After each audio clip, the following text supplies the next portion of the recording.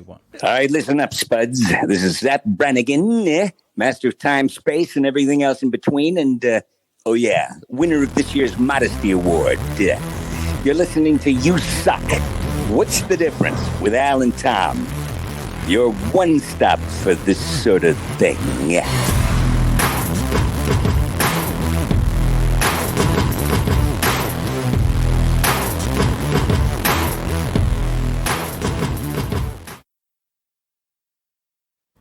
Hey guys, how's it going? Welcome to USUK's What's the Difference podcast with me, Alex Whiteley. And me, Tom Bruno. How's it going, guys? Oh wow, I just lost my microphone. Literally just flipped out the way. Right, so a while ago, you may remember, you may remember that me and Tom had an infatuation with a little movie called Velocipastor. And straight away, we were like, we need to get anybody that was involved with this thing on the show. And I straight up started hitting emails, and we eventually managed to get director of Velocipastor, Mr. Brendan Steere. Thank you so much for joining us on the show. Hello, everybody. It is me. Nice to be here. This is an honor. This is an absolute honor because Tom will tell you right now exactly how we feel about this. Yes. Me and Alex, we like movies a lot. We generally, we battle against movies, though. He'll like something, I won't like something, and we'll be like, I'm like, what do you mean you didn't like that? You're fucking insane. You'd be like, no, Tom, these are the reasons I did not like it, and you're stupid for liking it. And we came across Velocipastor, and much on the same like kind of river as like all good B-horror movies like Wolf Cop and things along those lines. We were expecting it to just be like crazy and just garbage or something, but we watch it and we both come back to it and we both had like this kind of like, so what'd you think? And then I was like, I fucking loved it. I loved it so much. It was unreal. And he's like, dude, me too. So we really bonded over how much we loved, like how simple it was, how B it was. It was everything that movies should be that are no longer anymore. And it's a real privilege to speak to you, Brandon. Fucking, how you doing today, sir? Thank you so much. I'm so happy you guys liked the movie. I'm doing well. It's a good morning. My family's in town. I went to a Spanish mission for the first time yesterday. Never done that. Yeah, I know. It was really cool. So, I mean, obviously not like exact location, but where are you coming from today? I'm from LA, or I'm in LA right now. I'm from Montana, weirdly. But, I know, right? Big sky country. That's a place with stars and bison and shit. I'm the bison. Familiar. Yeah. As a British guy, even I understand that is like a complete change of pace for you. What's it like going from there to LA? Very different. I had a stopover when I was younger in Pennsylvania. I was born in Montana. I did my first growing up there, and when I was about, 8 or 9, we moved to PA. So either way, you're going from like big mountain prairies to woods to city. and so many deer in Pennsylvania. We went. God, yeah. I'm familiar with both sides. All my family lives in South Jersey, so I'm very familiar with Philadelphia. And then my sister moved to Pittsburgh, and we went down to her wedding this year. To my sister-in-law Emily and her got together. It was awesome. And I remember just going down the highway and being like, "Wow, there are like 1,000 deer carcasses everywhere." Like, where they never cease. Honestly. Never do. Like, I don't understand why that's not on like the flag. Like, welcome to Pittsburgh. Watch out for the fucking deer. Yep. It's definitely. I remember when I was growing up. In my high school, we had a holiday for the first day of hunting season because it's so expected that you're supposed to kind of go and hunt deer because it's the only way to keep the population down. I got here when I was an adult, and I like it. I love it. It's very different, though. It's very... not quite used to the sun yet, honestly. I was going to say, yeah, it reminds me of a bit like Twilight. Going from Twilight to yes. It is, and it's also, as I'm sure you guys can see, I am like the whitest person on earth. Like, I sunburn very easily, so it's like every time I go outside, it's just hats and sunscreen, and there's nothing wrong with that. A good hat is like a style statement right now, right? Like you wear like a fedora or something, you're just like, look at me, I'm stylish. Fuck you. It doesn't matter how white I am. In fact, I should put on my podcasting app. I'm not going to right now because I want to wear it for later. Anyways, so okay, walk us through. You start off in Montana, you go to Pittsburgh, you go out as an adult. At what point do you decide I want to direct movies? Honestly, very young. I kind of figured it out when I was like 11 or 12, somewhere in there. Like, it was just something I always kind of wanted to do ever since I was a kid with a camera, sort of deal, making movies in my backyard with friends. So I was lucky. I sort of figured it out young. So the entirety of high school, I just knew that was it. And then ended up going to college in New York City, a place called the School of Visual Arts, SVA. And then from there, I eventually went to LA. So, that was sort of the topographical journey, as it were. Those are the high points of the journey to LA. With a stopover in France and Germany, I should say. Yeah. Je parle un petit peu français et ich spreche Deutsch. Mein Deutsch ist besser als mein Französisch. Also. But yeah, I'm back here now. I always respect people that can speak a different. Alex can speak a little bit of Spanish. His wife is from Colombia. I can speak that's so cool. a tiny bit of butchered Francais, but usually it's just to say no hablo anglais. Yeah, things like those. Which no. What's he lives by the Canadian border. What he does is he stands on his porch and he goes, "Not today, Canada!" in the best. In the best French Canadian you can muster. Yeah. You got Google Translate open next to you and you're like, okay, are you listening? That rules, though. They're yelling back at me. I'm just like, hold on. Would you say about my mother? You're like holding up the phone. You're like, louder. I'm so close that if I was to shoot a potato launcher in the wrong direction, it'd be considered a terroristic act at this point. So I got to be really careful. Like, no joke. If you go walking in our very nice woods, you might at one point or another get approached by a bunch of uniform officers being like, hey, you're in Canada right now. I'm like, oh, I'm sorry. Yeah. So strip search. Sorry, bud. You're bend over. What state are you in, man? Vermont. I'm in. Gotcha. It's actually the most sought after state now, which is really weird because it went from being like the state that nobody wanted to live in to the state that like everybody's like flocking to. So I bought into the housing market very early because I live here clearly. And right after the pandemic, we were the only green state forever. And they were like, "Oh, Vermont, that's where we want to move." I'm like, "No, you don't. You don't want to live here. You've never have before. Why do you want to live here now?" Why not try Nevada? Let's go Nevada.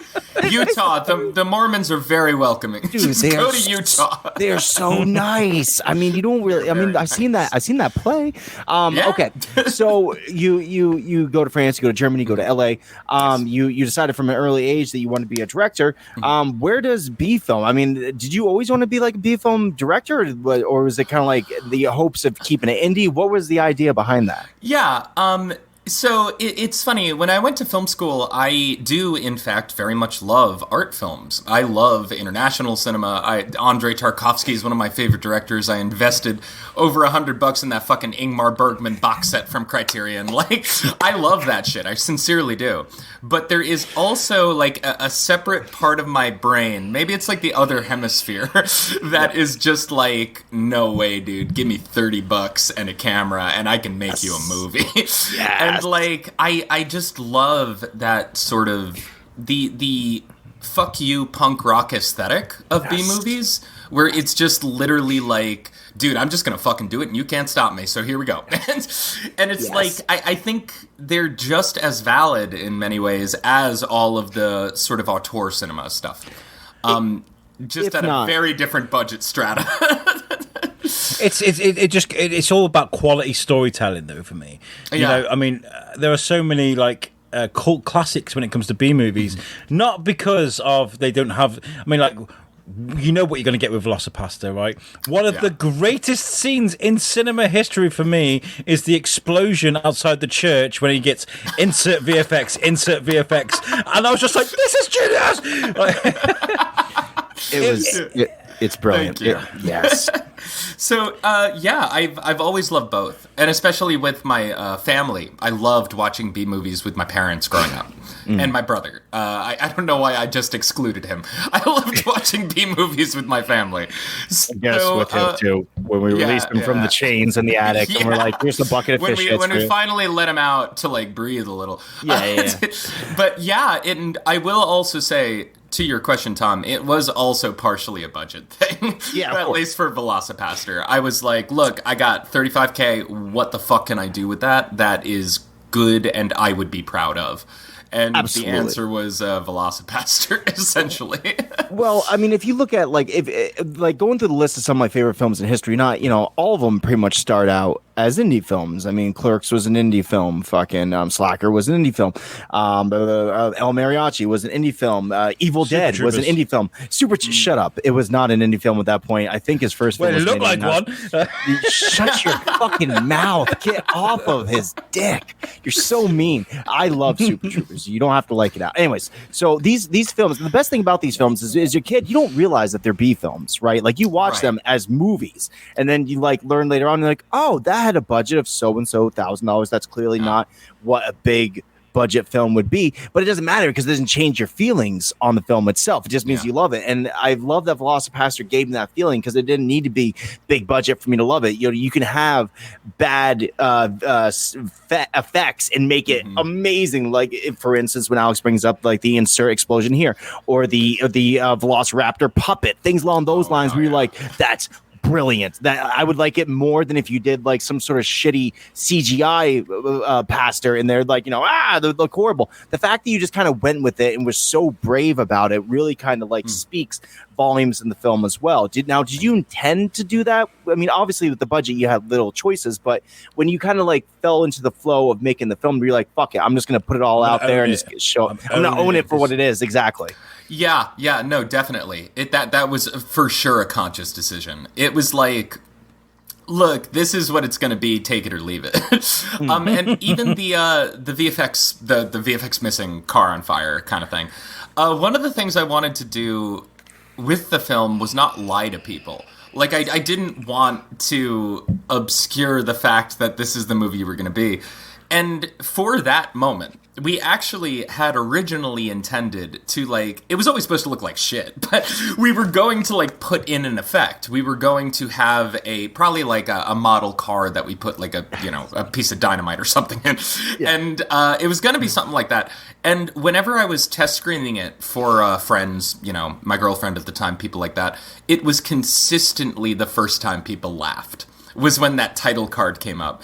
And I was just like, that's actually the most honest way to introduce this movie is to have by second 78, it just breaks. It's just immediately this is it. I like to say to people, and I mean it very sincerely, if you're not having fun with Velocipastor by the end of the opening credits or 2 to 3 minutes in, turn it off. It's not for you. It's not, this is the movie and it's not going to change. And that is totally fine if it's not your deal. But I knew going in that it was going to be a movie that people were either going to absolutely love or just abhor.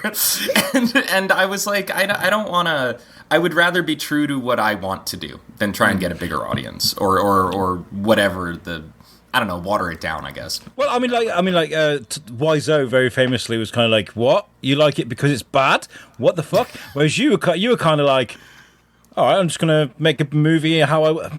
The way I see it is right. The way I see it is, the way I vision this. I don't know if I got it right, but I can just imagine you sat around with your friends when you're writing this, and you're like, "Right, give me stuff," and you guys are just having the best time coming up with scenarios. Have I got this correct, or is it just you that's written this? It's interesting because, okay, so the script was entirely me. The script I actually wrote, I wrote it in 2 days. And it was a 2-day Red Bull and cigarettes binge. Where I was just sort of I don't know, it's just going, I'm just going to see where it goes. And we basically did not change the script from then. We basically shot the rough draft, which is perfect for a movie like this. Yes. On set, though, Alex, you are absolutely right. I am somebody that's super open to collaborating, I'm super open to being like to actors and such. I tend to be like, look, I don't give a fuck if you get the line word perfect. Yeah. Like, the point of the line is this. However you get there, I don't give a shit. Just make it funny, make it good. And you know, you give guidance from there. So it's on set, everybody was sort of bringing their joke A game. And it was like, for instance, this is like a tiny little microcosm thing. Our production designer was a woman named Siyu. She happened to be Chinese.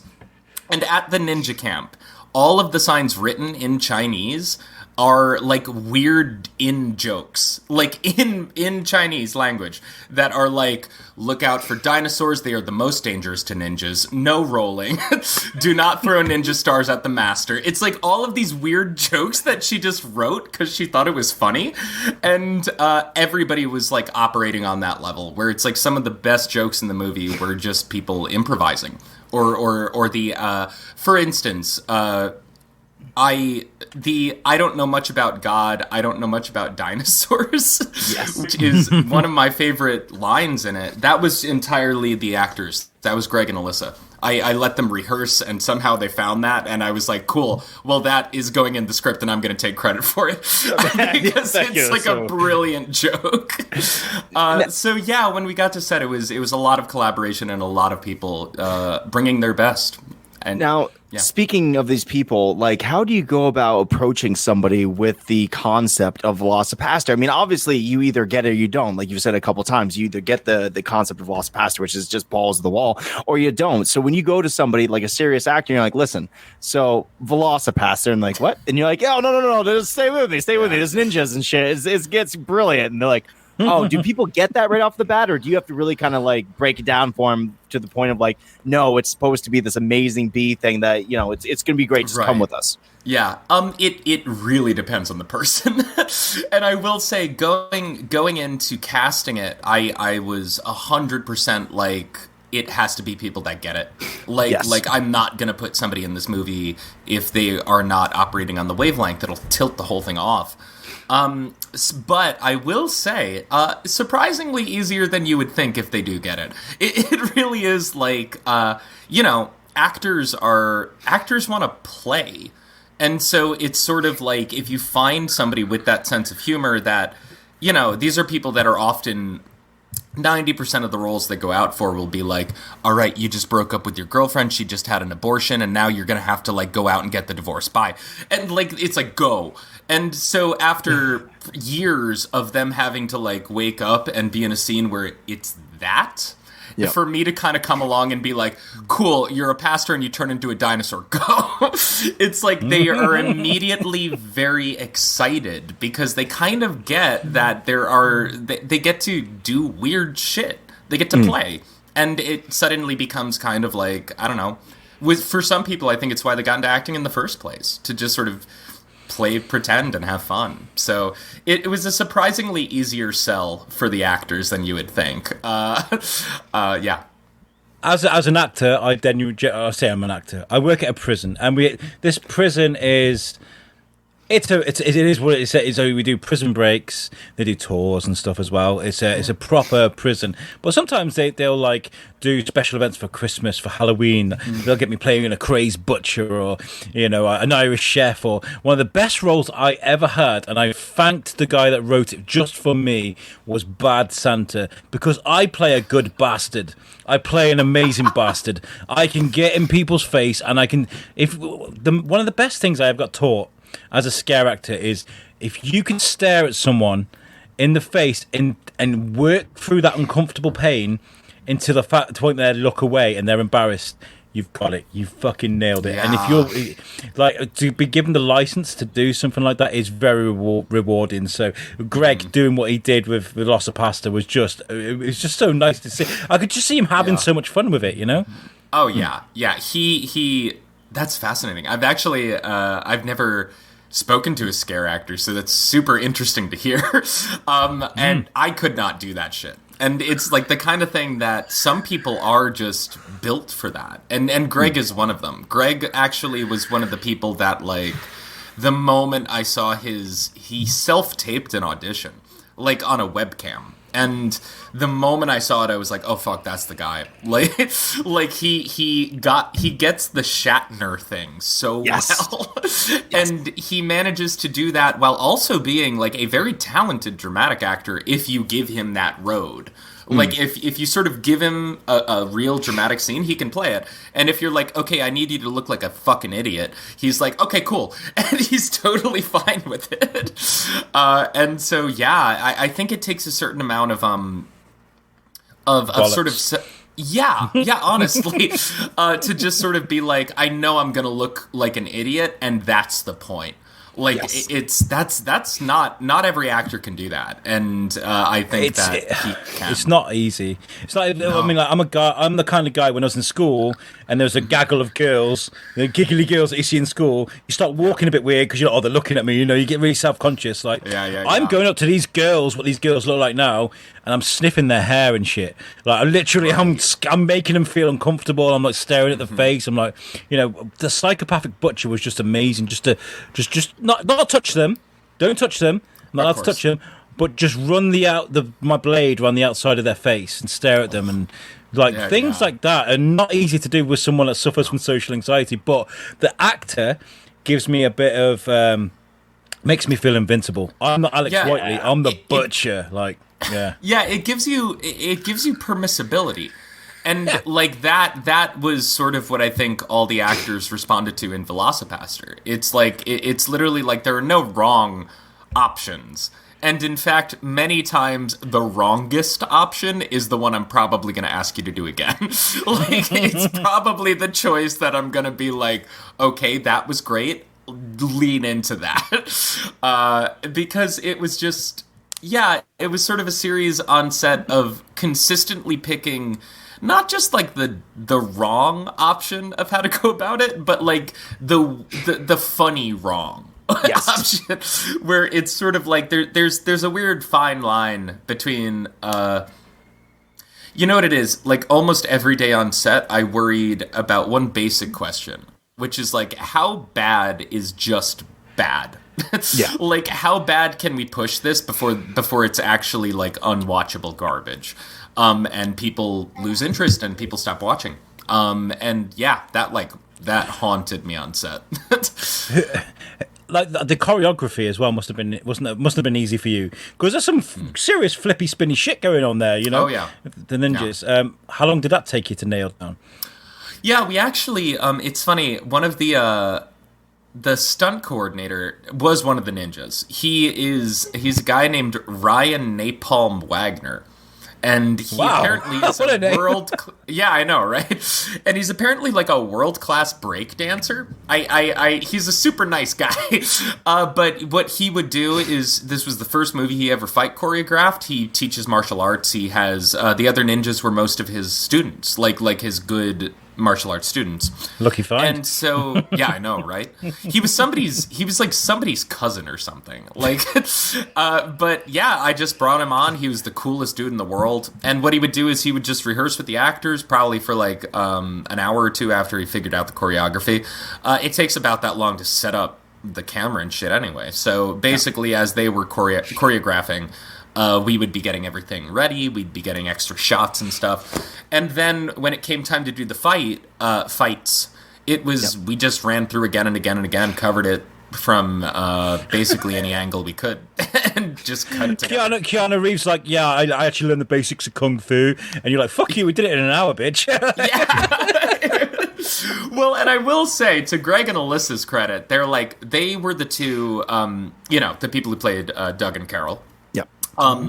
They were more or less the only two professional actors on set. Like, so they were people that were trained for, like, elocution, for movement, for dance, for, like, they knew what they were doing with that shit. Which is why I felt comfortable being like, all right, cool, you have an hour. It's like, if it was just, like, me doing it, I'd be like, cool, we have a week in advance. We're gonna be looking at this shit. But yeah, they loved it. I think actually Alyssa's told me before that the fights were some of her favorite shit. Because once again, it's stuff they're never asked to do. So the way it seemed from the outside is like I heard whispers of Velocipastor. It wasn't just something that was right there in front of me. It was something like have you seen the trailer for this? And it's like, what? No, I didn't see it. And then like sooner or later, like more people ask you. Before you know it's on Amazon and it's all over the place. And everyone's like, have you fucking seen this movie? And is that kind of how it was in real life? Was it like it started off very slow, like it got released and it didn't get enough attention, then all of a sudden it got all the attention? Because that's how it kind of felt from the outside in. Yeah. Yes. it kind of was that. Like, essentially what happened was we actually premiered in 2017. We premiered in Portland. And it was like a nice festival, and yeah, I know, right? And what started happening was festival coordinators talk. And so, like, I think I sent it to, like, 5 or 6 festivals, like, just sort of blind. And then I think by the end of its festival run, we had played in something like 27 festivals. Like, because everybody kept talking to each other and being like, dude, this movie fucking killed our audience. You gotta book it. And so it started spreading that way. Eventually we found distribution. And when it really ignited was, I remember the exact date because it was 4/20, which also happened to be Easter. And they released the kind of famous poster image from the distributor. And yeah, all of a sudden it was fucking everywhere. It was insane. I was like trying to explain to my mom like what was happening, being like, yeah, so there's this site called Reddit, and it's on Reddit, but it's like very, very big on Reddit. Yeah, huge. It's huge on Reddit, Mom. Come on now. I have all the likes. Come on now. Mom. But yeah, it was sort of, there was definitely a moment where it like hit. And after that, there were like 2 or 3 other moments where it sort of stepped up in the public eye. Like, the last big one was right before the pandemic when we got on Amazon, because somebody posted it on Reddit and I saw that it was blowing up and I jumped into the comments to do an AMA. Nice. Because I was driving for Postmates, which is like a Grubhub delivery service. And my friend's husband texted me that it was on there, and so I pulled over into the parking lot of a McDonald's, and I spent like the next 5 hours there, like texting back replies. And the reason that really let it go thermonuclear was because, unlike the other times, it was immediately available on Amazon. So like during the AMA, I could be like, yeah, it's there right now, go watch it, have fun. And people would do so and come back with questions, and it just sort of proliferated from there. So yeah, it felt overnight, certainly to me. It was yes, that is the long story. We have to talk about one person in particular who I thought absolutely stole the show, and I think you know what I'm talking about. It's this guy. Mr. Frankie Mermaid. Where did you get this guy from? And how king, dude. So, if you have not seen the film, first of all, go and watch the film. But Frankie Mermaid is like a pimp who's just the most pimpiest pimp in the pimping universe. He's amazing. So pimpy. His dialogue is just the bomb. It's so good. Where did that come from? Yeah, I can tell you. So that man who plays Frankie Mermaid is a friend of mine from film school. He's another filmmaker, actually. His name is Fernando Pacheco de Castro. And he and I were just buddies in film school. But, you know, when you're working in that environment, you use your friends to act. Like, you're just straight up like, hey, dude, you want to be in this movie? I need you, you know, whatever. So, when it came time for Velocipastor, I texted Fernando, and I was like, hey, so dude, I have like this kind of grody pimp character in Velocipastor, and I was wondering if you'd be interested in playing him. And there's like a 5-minute pause, and I get a flurry of texts back that is like, my name will be Frankie Mermaid. Why will it be Frankie Mermaid? Because I'm swimming in bitches. I'm going to shave the top of my hair. I'm going to do this. I'm going to do it. And I was like, okay, you got it, man. Like, this is yours. This is yours. And so I like literally let him just go. Like, I think that It's funny because most of the actors, beyond like, sort of exploratory rehearsals we did, most of them were more or less on the script. And Fernando was the one person that he basically improv the whole part. I was just like, he's obviously on some genius shit right now. Yep. And so I'm just going to stand back and let him do it because it was astonishing to watch. That's almost entirely Fernando's invention. I think that he's so funny in the film. And my only regret about it is that he's not in the film longer. Because had I known it was going to be that good, I probably would have had him stick around for a little bit. But we could have a Frankie Mermaid spin-off. Yeah, I know, right? Prequel. The early years. Prequel. How did he get there? How did he rise to the rise being of a Frankie street corner Mermaid. pimp? Oh my god! What was that fucking movie with Dan Aykroyd where you played a pimp? What was that movie? It was back in like the 80s. It was Doctor something. You know what I'm talking about? Yeah. I'm not sure I'm aware of this. Oh no! That's weird that you went there. I went with Will Ferrell with other guys. Gator. Jimmy's. Yeah. a long and illustrious line of gross pimp characters. I'm happy to be part of it. It's Dr. Detroit. That's the movie. It's Dr. Detroit from 1983. And he played a pimp, and it was obscenely bad. It would not play today. Which actually brings up a very valid point. How do you think your film is going to be viewed in 20 years? With the way that everything changes so dramatically, so quickly, there are so many films like Tropic Thunder. Tropic Thunder is not. It could not be made today, especially in the climate. Do you think that Velocipastor is going to come under any scrutiny? Because, I mean, we're like, hey, we advocate for dinosaurs. We don't like how you portrayed them in this movie or something along those lines. Do you think it's going to still work as well as it does now in like 20 years? I hope so. I don't think that's in my control. So it's one of those things that I'm sort of like, look, all art ages. Society changes. Things change in society in terms of like being acceptable, being funny, being scary, being like, you can't control that. All you can do is sort of make your film to the best of your ability for the time it's in. I would love to think that people will still like it in 20 years, and I hope they do. And if for some reason dinosaur rights activists rise up or pimps. We don't like how you did Frankie Mermaid wrong. All he's trying to do is feed his family. Fuck. Wrong with you. Kill him off by dinosaur slitting of the throats. All I will be able to say is that it was a different time. Yes. and that's all I got. But yeah, it is an interesting thing to think about, and I have thought about it. I've definitely thought about it. So, but I mean, there's nothing in the film that would, scream, "Oh, you should hate on me," because it's timeless, and that's the nice thing about using like prehistoric creatures and like and fucking ninjas. They're two totally different time frames where you can't really be like, well, in the time frame, really that didn't happen. You can't really, it doesn't really play like that. So I would feel that people should not pick apart that type of stuff because the movie's fucking brilliant, and you should just enjoy it as it is and not take whatever is going on in the social climate at the moment to try to like. To shine a light on, be like, well, that wasn't technically okay, or whatever the fuck it might be. Yeah, and I think the other thing, I think the main reason I'm actually not that worried about that is because I think if you see Velocipastor, it's so obviously all in good fun. Yes. Like, it's so obviously like we're doing this from a place of like, isn't this cool? As opposed to like, I don't know, really, really coming down or being really cynical about any of it. And it was even important for me, quite frankly, to do that with the Christianity stuff. Where it's like, I am not Christian. I have never gone to church or anything like that.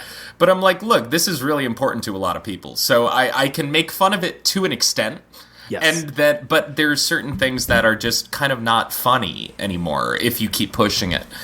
And sure enough, we have found a really good periphery audience in cool priests. Yes. Christian folks love this film, guys. As well as they should, because anything that shines like any good light on Christianity at the moment is because there's movies like The Passion, right, which did its own thing. Mel Gibson made his fucking Christian picture, and Christians love it for a certain reason.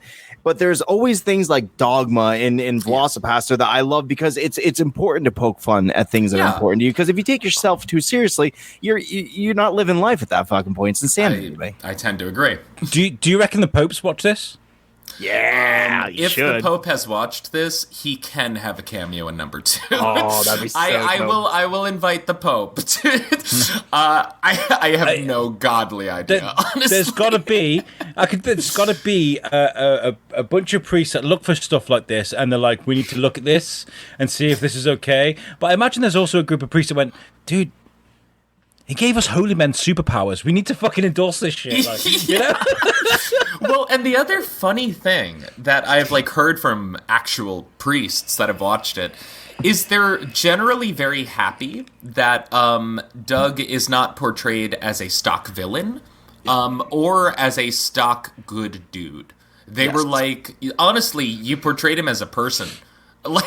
And we appreciate that. It's dumb and it's silly, but it's cool that you didn't fall into essentially him being just a non-character. Him just being here to hear a confession and be good, or him to be I don't know, the stock evil priest. Very much in the same way of Cheech Marin in what was it? Was it Machete?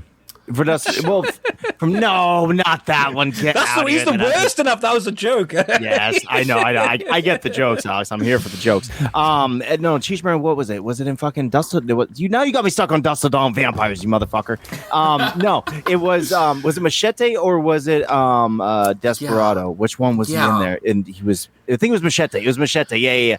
Where he's like, I need you to help me, brother. And he's like, oh, I don't think I can. He's like, and then they, show him loading up 2 shotguns. Why are we showing a picture of Tom Stevens as emo face on the mouse? Yes, that's Tom Stevens as an emo. There you go. You get that one for free. Yeah. That was so weird. Exactly. Yes, if we could all learn a lesson from having snake bites and emo haircut, it's this. You can get a beard one day. By the way, I love your Pixie shirt. I've been staring at it the entire time. I'm, speaking of punk rock, gotta fucking represent my friend. Yeah. I listened to NoFX when I was a really young kid. I got NoFX. I heard they suck live, and that was my first real. Because I listened to Blink-182, but obviously that's what I would consider pop punk, which is still good and valid. But then you listen to something like NoFX or Rancid or something along those lines. You're like, oh, that's fucking punk rock. There's a world of difference between Simple Plan and Misfits. Yeah, I get what you're saying, and look, they're both good for what they're doing. Yes. Yes. But I got this at a Pixies show, actually. I finally saw them a handful of years ago, and it fucking ruled. Actually, I was actually surprised how heavy they were live still. Because I was kind of expecting.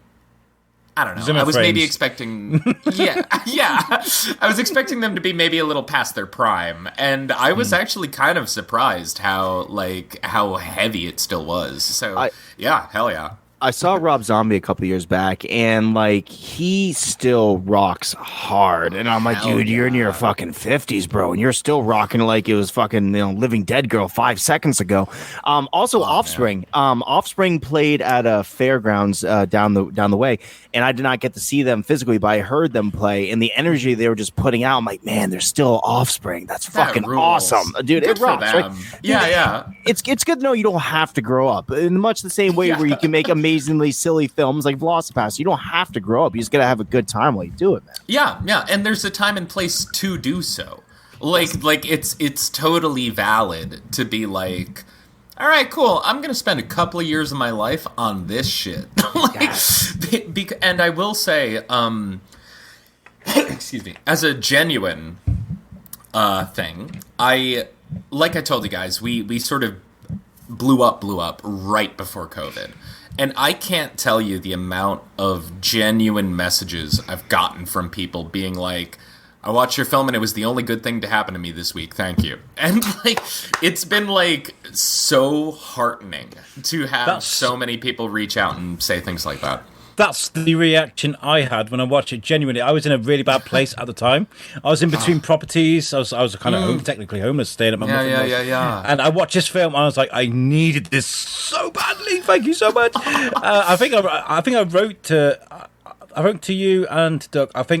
And I was kind of like, I needed this so badly. Thank you. Please come on our show. I mean, obviously, things must have been 90 miles an hour for you guys, because this obviously did better than what you expected Velocipastor. You know, and that doesn't mean, I don't mean to say that to disrespect you. No, not at all. This was not the one I expected to put me on the map, so I get it.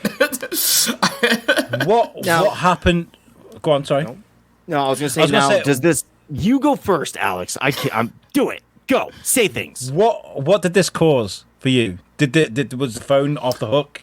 Have you been given job offers? Are you now on the map? Yeah.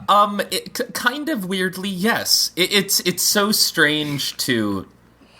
Well, all right. The immediate effect was that I had to turn off notifications from my social media, because there was definitely a period of time where I was like, I couldn't keep up. I was just straight up like, this is a lot. But it has certainly opened some doors for things like funding, for things like other movies, which I'm very excited about. And it is strange to kind of internalize that I am somewhat of a figure in horror movies now, or at least in like this genre of film. Whatever you want to define the genre as. It is kind of fucking cool. I had a moment once where I tweeted out I was printing out a script. And that's always like a nice, cool thing. The first printing of a new script. It's like, it's fun. It's cool. You celebrate it. And I tweeted it out with a video. And within like 5 or 6 hours, there were news articles being like, next film from Brendan Steere. And I'm like, what the fuck is happening? I don't have funding for this shit yet. I literally printed a script. I spent $15 at Staples and somehow made film news. So it's like, it's a little surreal at times, but it's definitely something I'm still kind of adapting to, for better and for worse. Mostly for better. With the success of Velocipastor, does that kind of push you to make more films like it, or do you want to do something different? Because obviously, you know, the artistic license behind being like punk rock and stuff is never to do the same thing twice. You want to do something different each time, and that's how you kind of define art. So with the success that you've had, do you make more films like it, or do you try to do something different now because you've already done that once?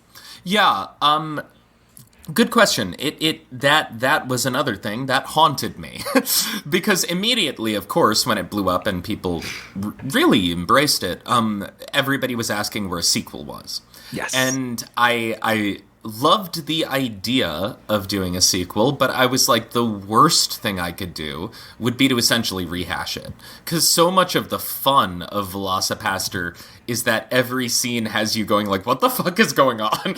And like the fact that it is so kind of perpetually unexpected as it goes along, that is the fun.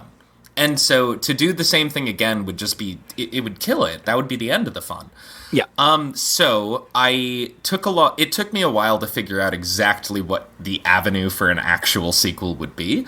And I finally, like last month, kind of cracked it with my co-writer. So now we do have an actually really fun and good script for a Velocipastor 2 that I am like very proud of and very excited to make.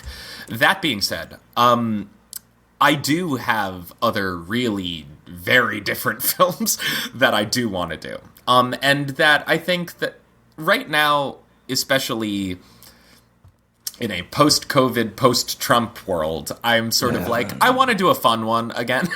Yes. But I will say that in the future, there are definitely darker scripts that I would like to do. And just things in other genres. I'd love to make like an Antichrist-esque horror movie. Like an Omen. Yes. I would State. love to do that. Yeah. Red State, yeah. And I would also love to do eventually I know I'm going to do my low-key European art film, and I will love it, and everyone will be there. Yes, to support you when Yes. it doesn't do as well as Velocipastor does. And not because you're like, well, the quality's great. Look at the art dripping out of every pore of this film. Look at it, guys. We shot it on 35. Yeah. Oh, you could hear the film and see that person smoking in the back. They're breaking rules. So let me ask something, because we do have a bunch of people that listen that, you know, are potential filmmakers. They are people that in the arts. When it's something like, you don't have to get down to the nitty gritty of it all, but like when something gets released on Amazon, is that as big of a payday as everyone thinks it is, or does it not really turn out the way that people assume? No. It's definitely, so Amazon, it's interesting. So all the streaming services actually pay you differently. They have different metrics for their royalties. For instance, we are not on Netflix, but Netflix pays you a lump sum.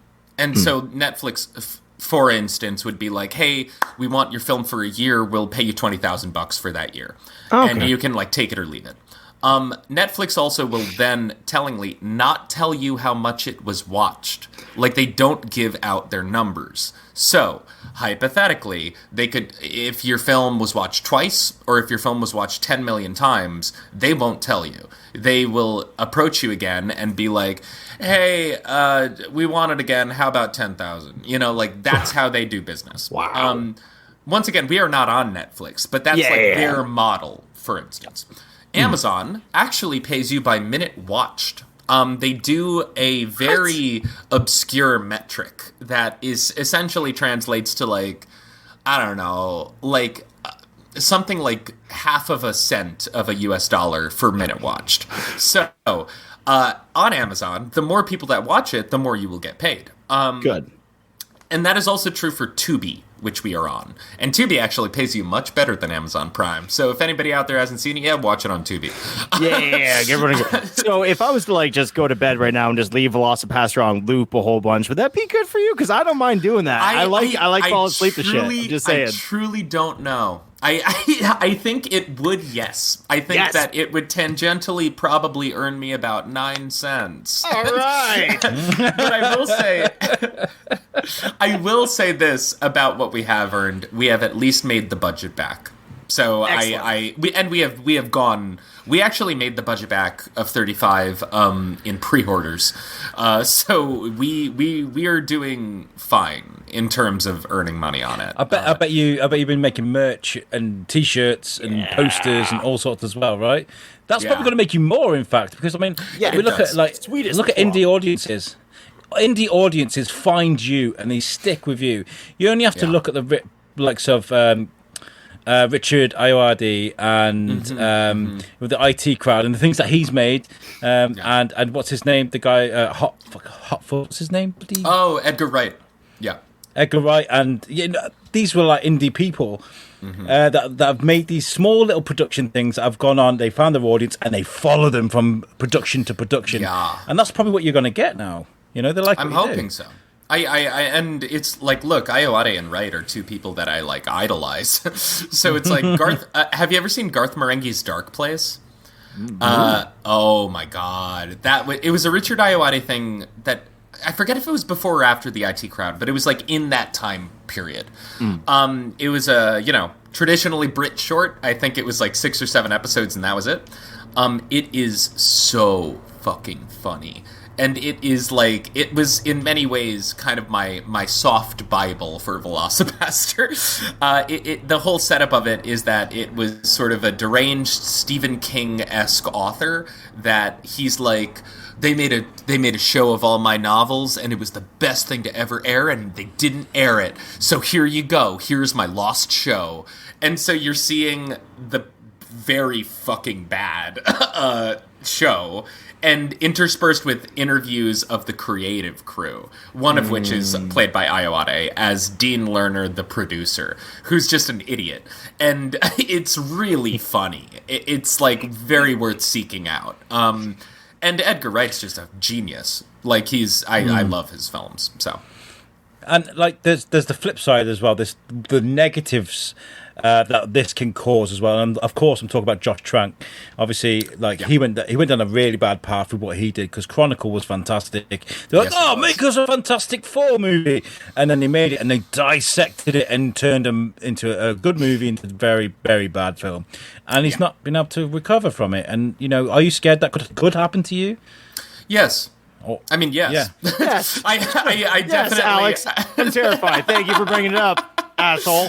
Well, no. It is funny because I definitely, I live in Hollywood, and sort of the Hollywood track is you make an indie darling, they give you a Marvel film, and then you're never heard from again. And it's sort of like, the reason they do that is because they think they can control you. They think that the indie people will be easy to push around, because they are. Because they don't have enough clout to say no. And so it's sucks. It's sort of a deal with the devil in some ways, because the best way to navigate it is to do something like Taika Waititi did, where it's sort of like made a great indie, made a pretty good Marvel film, and then made the movie he actually wanted to make in Jojo Rabbit. And I think Guillermo del Toro did a similar thing with Blade. And I think if I'm offered a property like that, which I have not been, for the record, but if... Fucking shame. You I need to know, be right now. right? Someone needs to give this man a Star Wars if you're listening, Kathleen Kennedy. I'm waiting, Lucasfilm. Yeah. Disney. But yeah, if that was to happen, it would be... I think I would be uniquely unsuited for it, honestly. I think that I would chafe against it a lot. That being said, I would be totally willing to take the paycheck if I was like promised a movie beyond it that I could actually make. And I would do the best of my ability with whatever it was.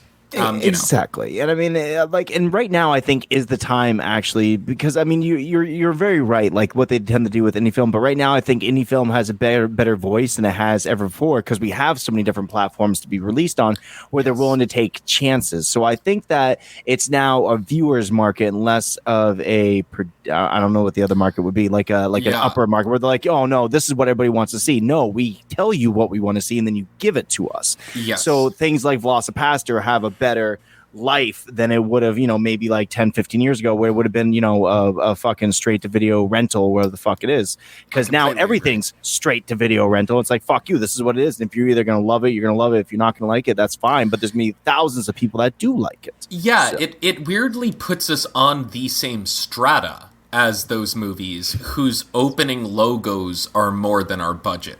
Yes. Where it's sort of like, I remember when we first came out, people kept comparing, and they were doing it as a joke, of course, but they kept comparing us to Avengers Endgame, because that was coming out about the same time. Or like the first time we started going around was when that was in theaters. And my only thought was like, like that's what you're reaching for, like them. But it kind of goes back to what you said. Oh, sorry. I was going to say, the view, before you go on, the image I want to show you guys are on YouTube. For people to compare this film to Endgame, I want you to look at this.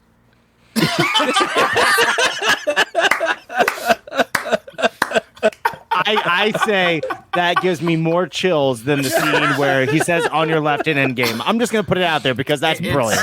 Is it art? I cannot say. No.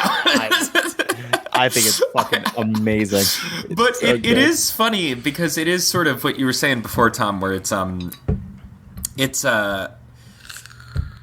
God, I kind of lost my point now. I say a lot of shit, Brendan. Trust me, dude. If you can't remember, like my mom doesn't remember my first words. She's like, "You're so forgettable, Thomas. You're the second child. Nobody cares what you say."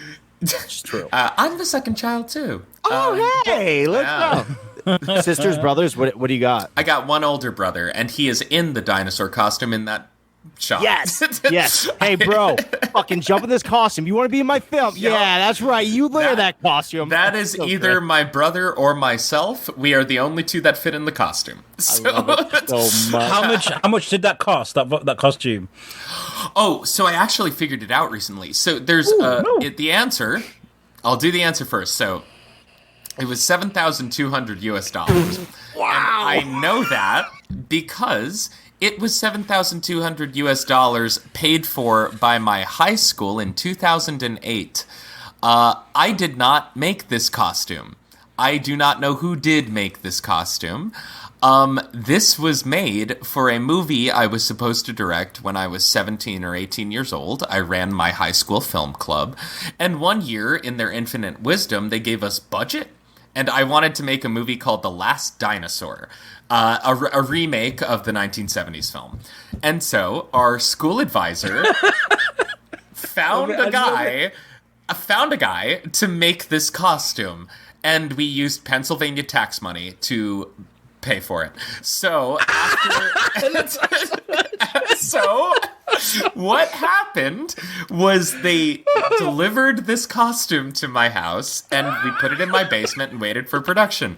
And the day before we were supposed to fucking shoot, the principal comes in and is like, I finally read the script and it's too violent. You have to do something else. So we didn't get to make it, but he did not ask for the costume back. So it stayed in my basement for about, I don't know, what was it, 8-9 years before we shot the film?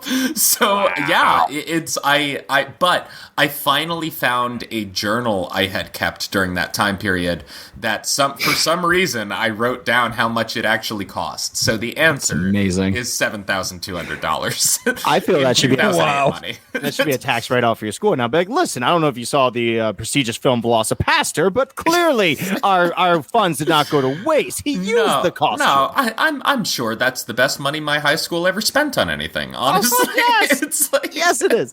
That's amazing. They gave you a budget. Like I was in films. I was in film. Okay, so sad story, whatever, fuck ever. When I was in my junior year, I had non-Hodgkin's lymphoma. They basically gave me the choice to go to class or not go to class. I only went to film course because that's the only thing I cared about at the time. I wrote a script. It was called Antlers. It was about a backwoods family that, the mother dies giving birth to this kid, and the father really resents the fact, so he keeps him in a cage and uses him as an animal for, finding means to eat and stuff along those lines. Along the way, he becomes friends with a little girl who is like his best friend. She treats him like a human. Well, the father drunkenly one Christmas sees like this thing of antlers kind of like bobbing over the thing. He takes his pot shot at it to try to get some meat for him and his family. Turns out it was the little girl wearing antlers to go bring some cookies to her little friend for Christmas. Cool. And he kills her, but he's not going to waste it. So he kind of attacks, cuts, and eats. And I wrote this whole thing, and my teacher was a really, really decent dude. He loved horror films, really into everything. And he was like, totally, do it. And I was like, awesome.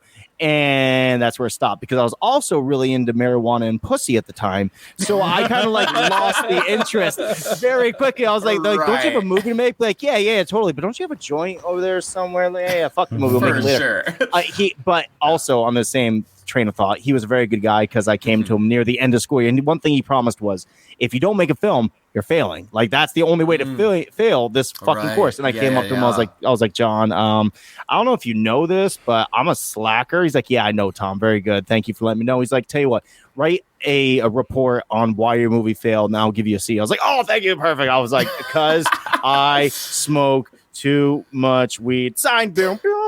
And he let me go, man. He let me go with a C-. I don't know. That paper was riveting. Bad, I know, right? It was riveting. I all the punctuation. There was an exclamation point in there somewhere. I swear to God, it was really cool. But that was my film school. And then we also did I went to CCV, and I made a ripoff of a music video that I did one time, which shit happens. But the one thing I'm very proud of that film was we kind of like borrowed from like 1980s Friday the 13th, kind of like action horror sense, like when I'm not by like it's an action horror movie, but like in the way that like Jason will pop out from behind a tree, and then like the person will be running, and then like a branch comes down, they get knocked out, things along those lines. And I was very proud, because the teacher said, like, if I did not know you personally, I would have probably report you to the police. I was like, perfect. That's all I wanted to know. Fucking exactly. Exactly. Yeah. Exactly. Yeah, that rules though. Yeah. Do you have a script stowed away somewhere for when you do have budget? Yes, several. Yeah. I'm somebody that actually. It's funny. I didn't go into film to be a screenwriter. I went into film to direct. But somewhere, and I started screenwriting because I didn't like any of the stuff that the screenwriting students were doing in my school. So I just started doing it because I was like, no, I want to make something like this. And over the years, I have come to find that I enjoy screenwriting most. So it's sort of like I can churn out scripts. I have 5 or 6 unproduced scripts, features that I just have that I'm like, one day, I'm getting to eat all of you. The Goldfinger script. Yeah. and yeah, there's definitely 1 or 2 of those that I'm like, I'm really proud of this work. I think it's a really good script. I need like $5 million, like that I would not attempt on like a tiny budget because it's just would fail. It's like it wouldn't work the way that something like Velocipastor would. So Anybody ever tell you look like Elijah Wood, by the way? Whoa, I'll take it. Yes, you know, you totally should. Actually, so it's a little hard to see here. In the sun, my hair is red. I'm actually kind of a ginger believer. No soul. I know. It's Gotta I go. got freckles. I'm Got sorry. freckles all over the arms, guys. But what I will say is, I think only due to that. The number one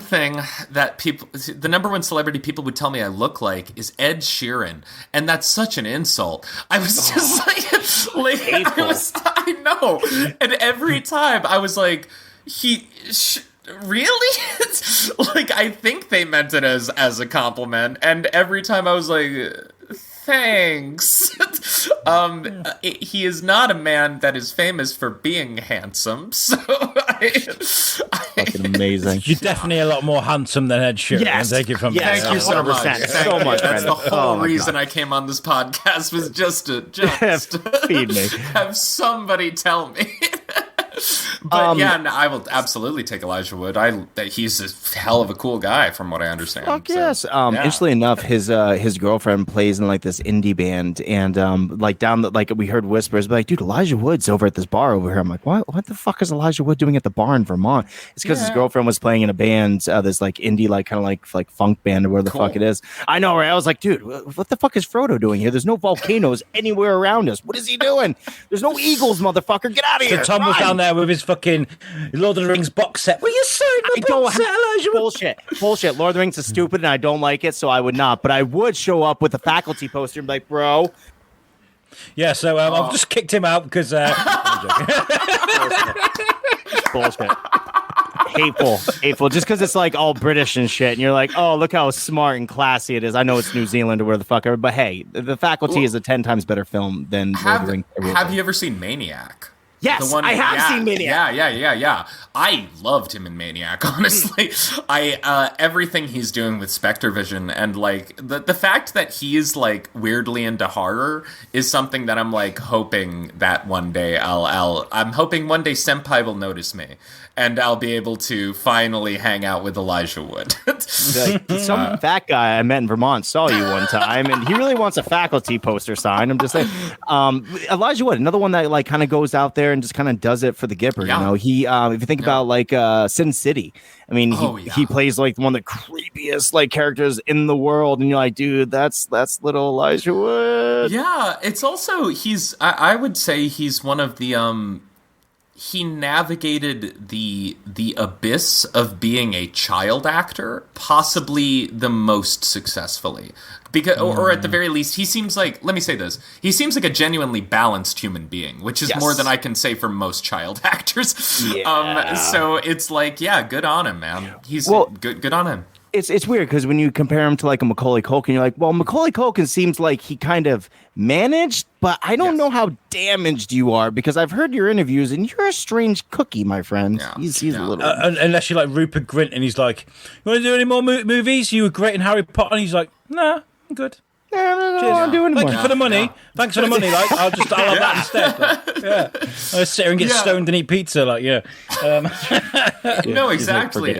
It's sort of like being a child actor is not something I would wish on anyone. I was not one, but I am also eternally happy I was not one. Yes. Like it just seems like a genuinely punishing thing to put somebody through. And anybody that can navigate it well, like that shows some strength of spirit that I think is rare. So now, yeah. Now, unfortunately, we're coming up to that time, and we want to keep you because you've been very, very gracious to us with your time as it is, my friend. Brandon, how can they keep track of you? Where can they find you? Where can they see your stuff? And where can they watch Velocipastor? Woo! Yeah, I am at Brendan Steere on everything. That's BrendanSteere, and that's Instagram, Twitter, Facebook. At the fucking insistence of one of my friends, I made a TikTok, and I have uploaded exactly one video, and I don't know if that might be it. So if you want to follow my one video TikTok, you're more than welcome to. But I just really wanted to give my information to China. I just really did. You get a letter. We saw Velocipastor. We saw what you did with ninjas. You're like, fuck. I'm sorry. I didn't even think that was you guys. I'm sorry. And they're like, and we love it. Yeah. We read those signs. We see dinosaurs. I am on all of those things. And people can also, of course, email me through my official site. Japan and Asia is such a weird one, isn't it? Because, like, for example, Oasis. Oasis is quintessentially British band.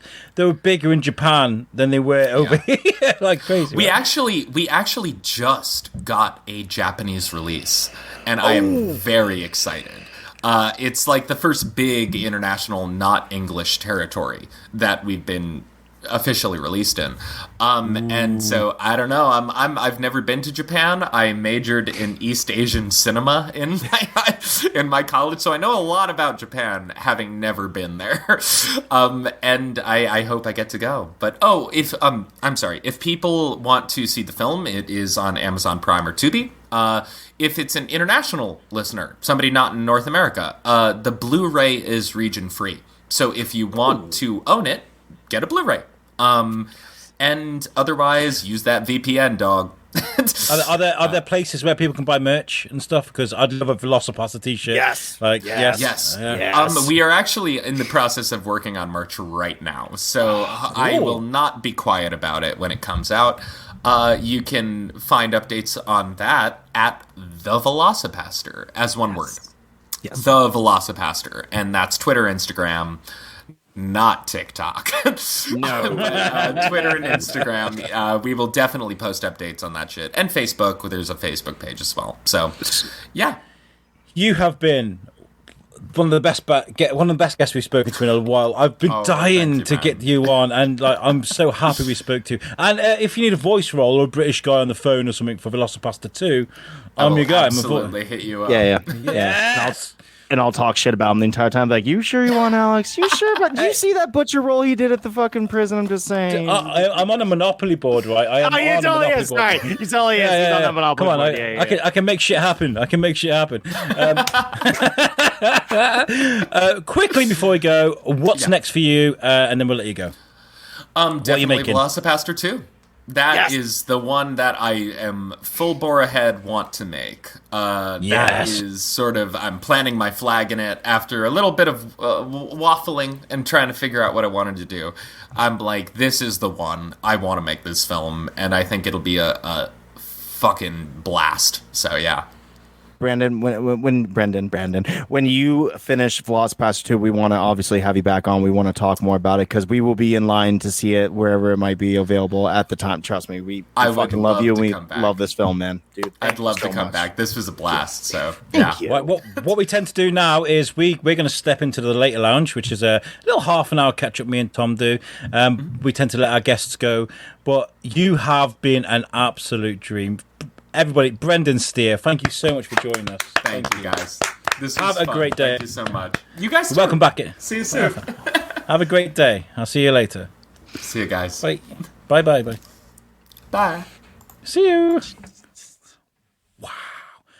Okay, I'm going to switch us over to the later lounge.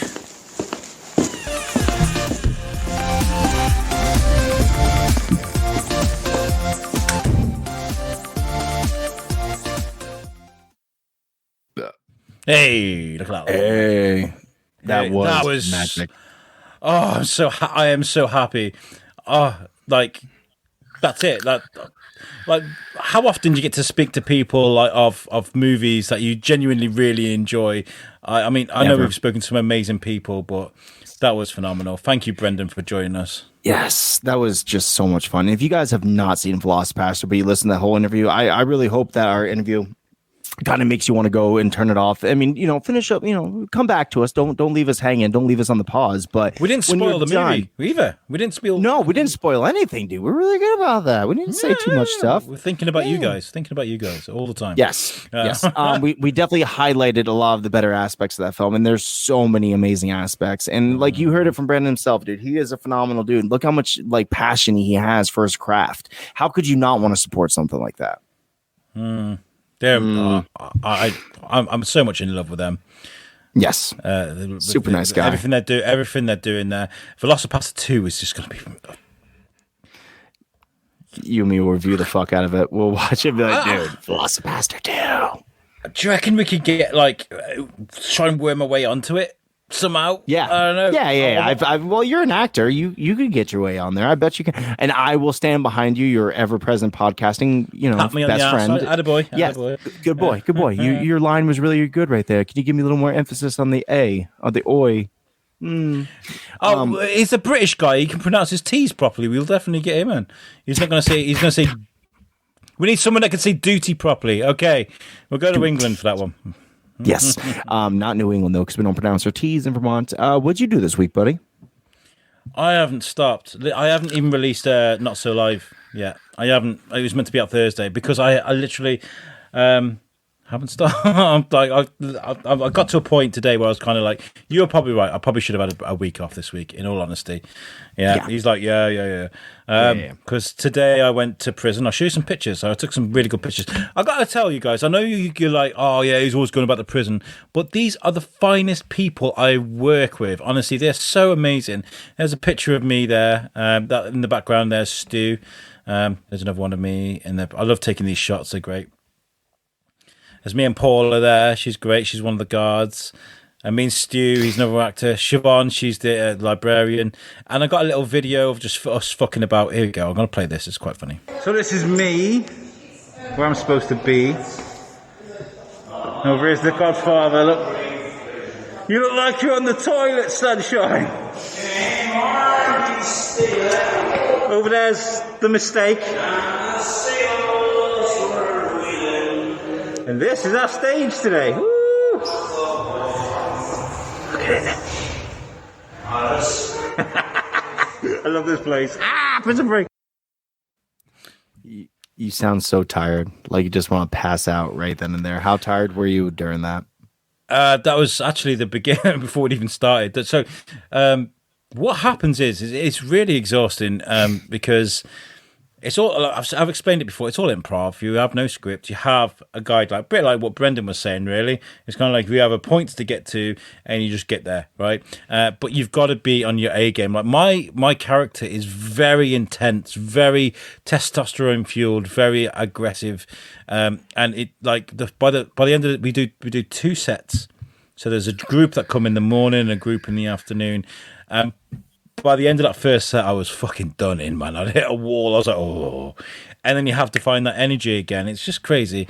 But the guys I work with, as you can see, that's all about the camaraderie between us. That's why I played that. It's like we all understand each other. We've worked together for years, and they're a great bunch of people. I love them to bits. It is very punk rock what you do, because I mean, like there is no set to anything. It's all off the top of your head, all on the fly, and you all kind of like lean on one another to make yourselves better. So it's very cool. I would figure that if you'd show what you actually do to Brandon, he'd probably be like, oh yeah, that's kind of how we go about it too. Look at that. And I think he would be a fool not to cast you in some sort of role in Velocipastor 2. And then I could be like, I know that guy. I know that guy. Look at that guy getting eaten by the Velocipastor. I know that guy. Imagine that. Yeah, we want to give you a ticket to come over to see us in LA. I'm like, whoa, dude! If you were to go, bro, I would find a way to get out there as well, so I could be like, baby, I got to go on the set of Velocipastor 2 and hang out with my buds. You know, me and Brandon Steere chums. I unfortunately don't think I'll be coming to America for a while. I mean, we looked at local travel agents here. I told you in the week, didn't I? And the prices to come over to America at the moment, because what they're doing at the moment is, if you go abroad, you've got to test yourself before you go, and then when you're on the way back, right? But they don't like they are normal tests, but they're in the airport, so they put like a premium price on it. Yeah. Like, so this test normally costs like $5 out in public, but it's going to cost you 500. You're like, what? Why? Yeah. Typical airline manner. Yeah. So I have a question for you, one parent to another. I need you to tell me if I'm a bad parent. So Tom, my middle, he plays Super Smash, he plays Kingdom Hearts, he's getting really, developed in his gameplay.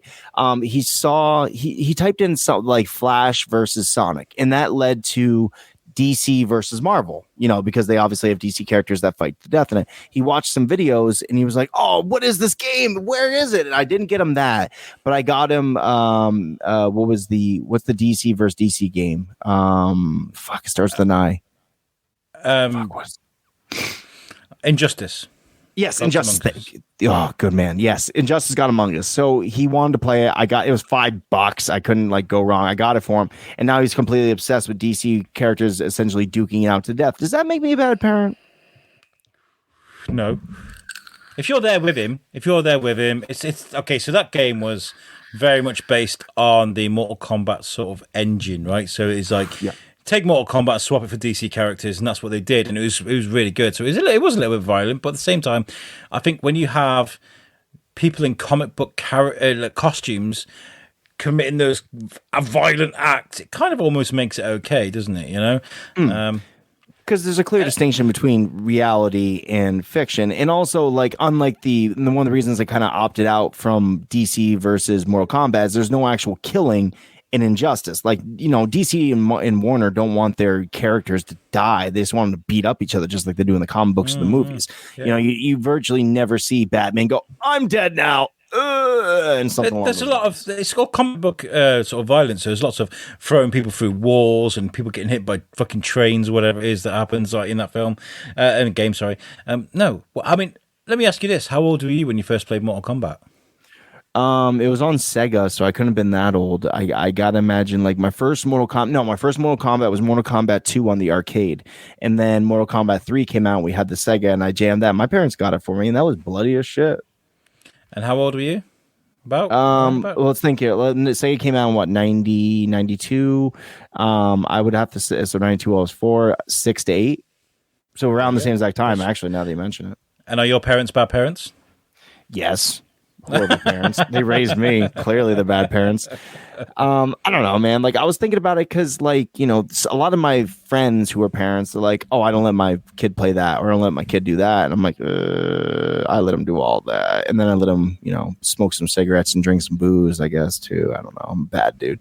I don't know. Fucking so. I don't know. It was a thought that was going through my head. I want to take the opinion of actually a parent I actually, respect, compared to the people I don't. My kid showed a moment of growth this week. Actually, a very important one. They're talking about somebody's dog called Dickie, and Kaz was going. So what was the name of the dog? And he goes, it's got a swear word in it. And she was like, what? And he goes, what word? And he goes, Dick. So he knows what swear words are. But he chooses not to say them. So, I mean, I've got no problem with my kid knowing what swear words are and hearing them around there, as long as he realizes, not that it's bad to say them, that it's disrespectful to say them in front of women and adults and other children. Yes. There's a difference there between going, "Oh, go on, say fuck." Go on, say it. That's stupid. But you teach kids how to be respectful, and that's the difference right there. I like to believe there's no. I really am Kevin Smithian when I go with it. That there's no such thing as bad words. There's something as bad intentions. So if you stub your toe and you're like "fuck," that's not the same thing as you're fucking stupid. They're two totally different things at least in my opinion, and some other people's opinions. But yeah, I don't know. I try to I try to shelter my kids while at the same time letting them be them. Like Tom really loves video games, so I let him do the video game. Deacon really loves to use his imagination and be cutesy with ducks and stuff. I let him be that. And Illy likes to watch horror movies and try to make slime every second of every day. So I try to try to shelter them from the really bad, but also not let them be fooled by the fact that, there is real life out there. So people are going to swear. There is going to be not always the nicest things going on. And we need to learn how to deal with these things as they go. Right. Yeah. It's all about their own growth. It's not about ours. It's not you can teach a kid to be an absolute fucking angel, but almost guaranteed most kids that are raised to be beautiful and kind are gonna go to high school and be their own little version of being a little cunt, basically. They're gonna grow that way.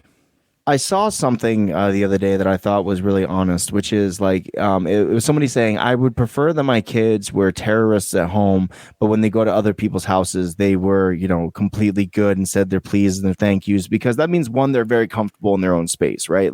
They can be who they really need to be, but then they also understand that when you're out at somebody else's house, there's a respect level that is expected to be given from you as a younger person. So if they can distinguish between the two, then I'm happy with it. I feel like I'm success as a parent, because then I'll never get the thing, your kid said you're a cunt to me earlier today and I didn't know how to handle it, so I just kind of gave him a cookie and pat him on the head. I was like, yeah, that's what you do. Should have given him ice cream, you fucking cunt. I don't know, fucking, I'm trying to think of what I did this week. I didn't do anything exciting. I've been I reached out to a video editor. We've been talking about the content that we've been you there, by the way? Sorry about that. Yeah, sure. I just told you. I just told you my deepest, darkest secrets, and you didn't respond. I thought you're, kind of like, no, can't handle it anymore. Yeah, fuck you. I'm really sorry, mate. Carry on. Say that again. We'll. Sure, I'll pretend. So I was molested by a Velocipastor, and he put his claw in the wrong place. No, what I said was, I reached out to a video editor friend of mine because we have amazing footage and videos being uploaded by other people involved with the network. And Alex himself is doing 50,000 different things at any given second while trying to raise a family, while trying to make money for his family and all the other stuff.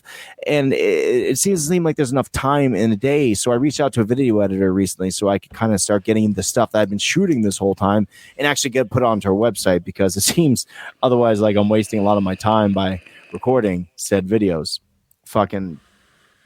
Yeah. I mean, anything that people can help us with, we'd really appreciate that. If you want to become a part of the USUK and help us with stuff like that, please get in touch, because this network is so good. We started this from nothing, and even though people may be like, oh my god, they only got 20 downloads on fucking YouTube, what we have created has not doubled, trebled in what people think about us. We've got a good reputation with people, and that's because we've got Jamie and Tom over at the Chronicles, making good relationships with people.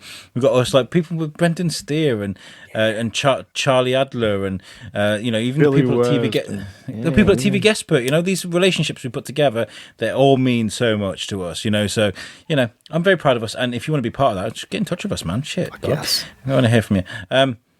Yeah. So what are you up to this week? Have you got anything planned? I'm going to the beach as soon as I'm done with this. Ooh. I'm going to go swim in a very, very cold lake, but we're going to, do a little bit of grilling. It's summertime finally. And one of these summers we need to figure out, we just need to crank out 100 episodes or something so we can have a summer off at school or something. This is the only time in Vermont where I'm like, fuck, dude, I really want to be outside. Because not that I'd ever give this up. This is something that I don't care if I have to do it in a 90-degree room to record with you, because I love this so much. But summertime is the only time in Vermont where I'm like, yes, get me outside the house as much as possible. I got to shake away all those winter blues that I carry around all year. Well, luckily, we're 2 weeks ahead now. Yeah. Because we've got Jimena Rodriguez to release this week. Then we... but you can have 2 weeks off if you wanted to. You genuinely could. We both could. We could. Because we could, yeah. But I mean, all we got to do is fill up June. And that's it. Let's we'll look at the calendar afterwards, and we'll try to get stuff planned for how that's going to go. But I mean, like, once again, I also get stir crazy. Like I missed last week and I got a little stir crazy. I was like, I want to be on the microphone. I want to talk to Alex. I want to see what we're doing. Because this is like everything to me, like my family is amazing. I love every single thing about it. And like real life is fine. But like, this is my time to like express myself. And the same with you. I mean, you might have a couple different avenues to go about it as well. But like, generally speaking, I feel like this is the most artistic we get to be all week is right here, you and me. It's not even that, though, is it? We get to just chill out with each other, and that's a lot. That means a lot to us. But yeah, it has been a busy week. I'm not going to lie. For some of us, like Alex, it's depressing as well, though, because like our weather over here in the UK, usually we've got like leading up to sort of June weather now, which is sun. Right, sun, it's getting a bit warmer. Last year during lockdown, we had some of the most beautiful weather for the time of year. This year, like the river's high because it's done nothing but rain. You have it's sunny now, but guaranteed tomorrow it'll be pissing down. It's really sort of annoying people a bit, So we want to go out and do stuff and we can't because all the pubs are open now. There's events that can happen now and things like that. So. It's starting to get a little scary, though, because they're starting to say things like, if you are fully vaccinated, you cannot wear a mask. And the only issue I have with that is, like, I've already had my one COVID shot. I'm just waiting for the second one and then that 2-week interval afterwards so I can kind of, like, get acclimated to the virus and stuff. And I don't want a chance catching fucking COVID in between my 2 shots. So even though, like, a bunch of places are now like, oh, you don't have to wear a mask. I'm like, nope. Mask until. So this is the thing, right? Masks only work if everyone is wearing a mask. Like you can wear your mask and you're not protected because what you're doing is you're protecting people from your shit coming out your mouth, but you're not protected from the shit coming out. That's a bold, crazy move to me in America that they were just like, yeah, fuck masks, we don't need them anymore. That I can't believe they've done that. Like that's so crazy. And the same side in the UK. They're letting people travel abroad now. Like the people letting people go to Spain and certain countries. And what they're doing is like a traffic light system. So if it's red, you can't go. If it's green, you can. But there's like that Indian variant that's going around at the moment, and it's meant to be quite bad. But like there's a huge portion of the British population that's of Indian heritage or have got family in India. So it's just like, whoa. Like, and I think actually in Shropshire they found 1 case of the Indian variant, so it's already happening. Like, and they're just like, and the UK's like, yeah, it's fine, go abroad, don't worry about it, it's fine. I'm sure it's fine. America, they're like, we don't need masks, it's fine. Like, how fucked up would it be if the whole world closes again because of a different variant of this? How they haven't learned the lessons. Well, the thing is, like, I think that the vaccinations are going to work to the extent where it's going to cut down at least on the most horrid aspects of it. So eventually, it's just going to become the flu, right? You get your COVID shot once a year to stave it away. Otherwise, you're going to get sick of COVID, and then you basically just take your chances. You roll your dice. Some people are going to continue to wear masks from here on out in public. Some people are going to really keep like 6 feet away, and then some people are just dying to go back to the way things were, and they just want to hug somebody. So I don't fault anyone for how they feel about this. It's been a very long time since things have been normal. So I've been hugging people today at the prison because they said we were allowed to. So I was like, bring it in. Let's hug. Let's rub penises together. It'd be awesome. I always said I'm not much of a hugger unless I really know and love the person. You know what I mean? Then I'm like, bring it in, big boy. Like yeah. So what I'm going to do for the rest of my time is I have some plans tonight. Obviously, the lake. I need to start writing the ceremony for my buddy Nick's wedding, which is next month. I have a vacation coming up next month. We're going down to South Carolina, and I'm going to golf and do some other dad type stuff. It's going to be a really exciting next couple of weeks. I'm pretty jazzed about the whole thing. Do you have any plans this summer? What do you got going on? I think we've got a couple of weekends booked away. I think more sort of October we're thinking of going away, but I think that's going to work out fine because we seem like a month behind. Our summer typically ends sort of like September, and our weather seems to be like a month behind at the moment. So hopefully we'll have like what's called an Indian summer, where we'll have like a longer summer. So I think October will be fine to go away. Yes. Yeah, we're going to Weston-super-Mare, which is a seaside town. So we're going there for a week. That'd be quite nice. You're going to the seaside on a holiday. On holiday, yes. We're going Maybe going on holiday. Yeah, I've been thinking about this this thing that Jamie's been doing, these amazing like cooking videos on YouTube. Yeah. I'm thinking of trying. I'm not much of a cook, but I'm thinking of trying something. So I might throw up some suggestions for people for me to cook some American shit. Like, I'm still trying to get, like, here's the thing about that, and I support it. If you want to do that, do that. It's just more so like I get so, and I know this is an excuse, so I just get so tired after like a full day that the idea of like throwing on a camera to now do the thing that I'm going to do right after I'm done doing everything else that I'm doing, it's really hard to convince myself. I just need to get better about it. And I feel like if I don't know, we'll see. I got a bunch of film. I need to start getting edited, including a cooking video. For you guys at home, I want to just play you a preview of the Chronicles episode. I mean, this is going to go out a couple of weeks after it's gone out, but this, if you haven't watched it already, it's very not safe for work. Is a preview of Rab himself on USUK Chronicles. Just take a listen to this. Here we go.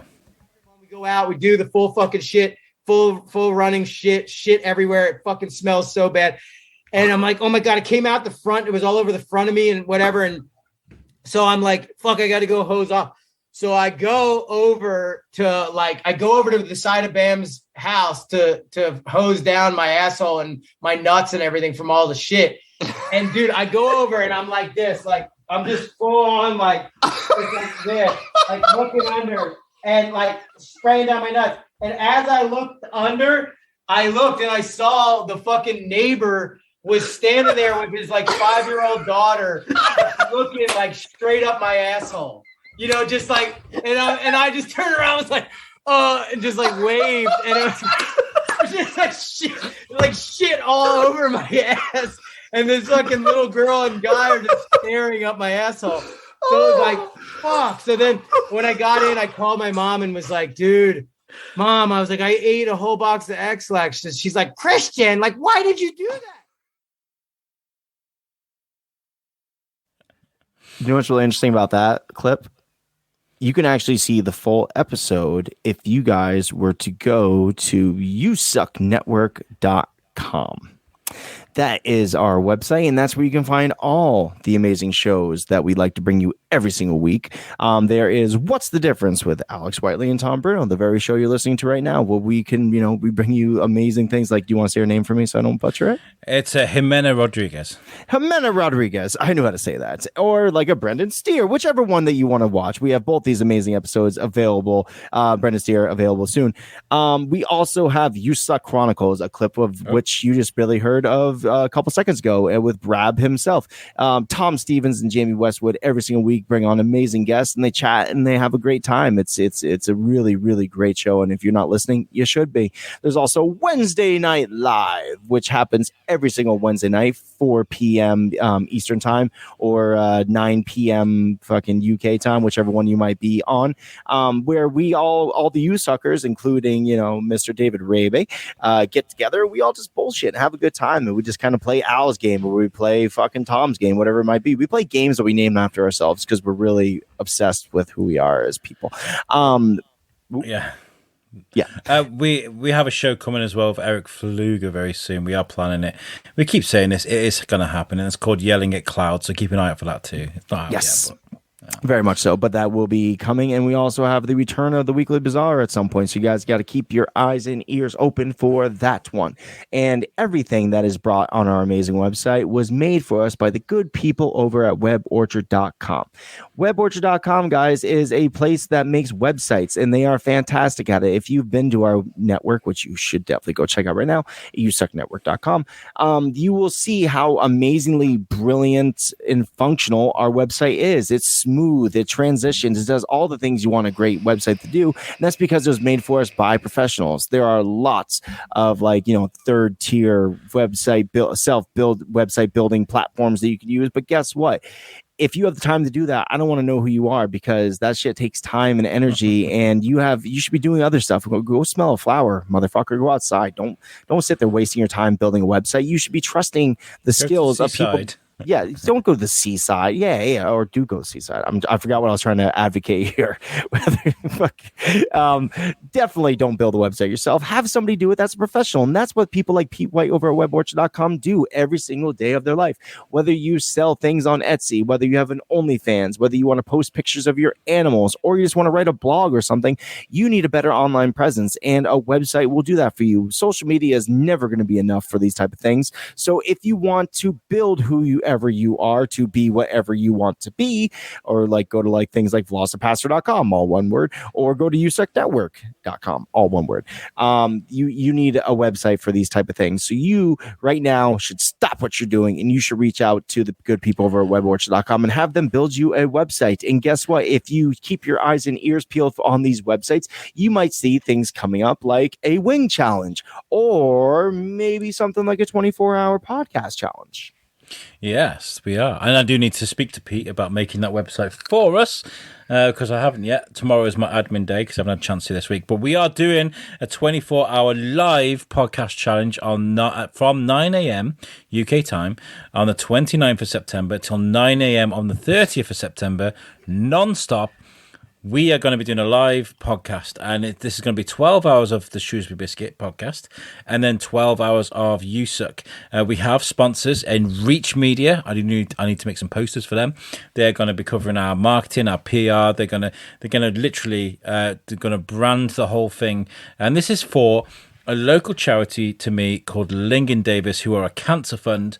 And the whole idea being is with this microphone and with our friends around the world, I can affect someone in my local community. And you might be thinking, well, why do that for a Shrewsbury charity? That's to challenge you guys to do exactly the same.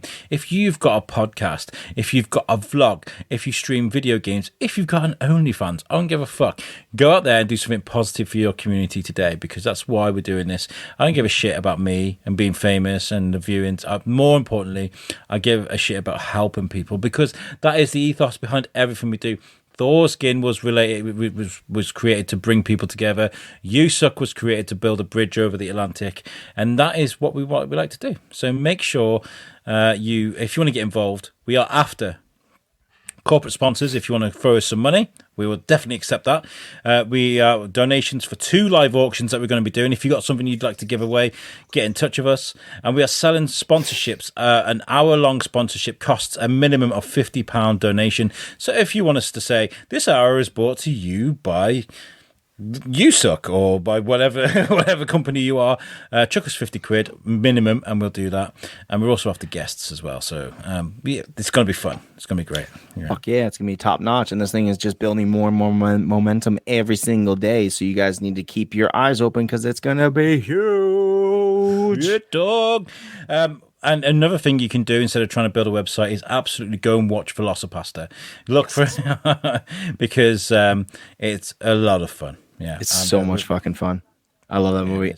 All right, guys, this has been a fantastic episode this week. I am so excited, but I'm going to get the fuck out of here and go spend some time with my family.